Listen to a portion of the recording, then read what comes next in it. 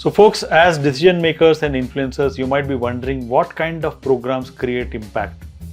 How do we achieve maximum results for the various kind of interventions and change management initiatives that we initiate? To be able to maximize the impact of various types of interventions you're doing, could be coaching sessions, could be training programs, could be change management initiatives. We need to really introspect, is our culture aligned to our objectives? How do we create the right kind of sales culture? Would you agree with me if I say that today we are living in a world that demands faster returns on our investments incurred towards development of our folks? Through an agile sales creation process, we could not only energize the sales team but also accelerate the impact of various initiatives. And we do have an evidence to show that this works. So what do we do in such engagements?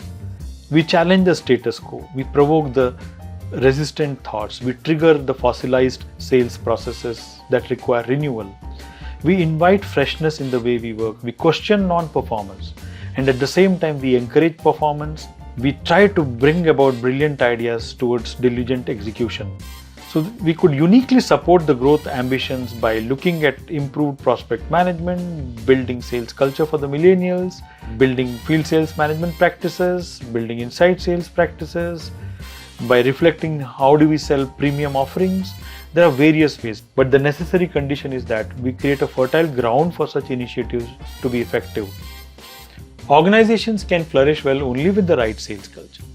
Therefore, the job of the sales leader is to ensure all kinds of mechanisms and processes to see that right sales culture is created.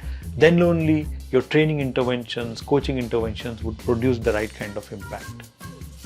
To know more about how do we create the right sales culture, do visit our website. The web link is given in the description below.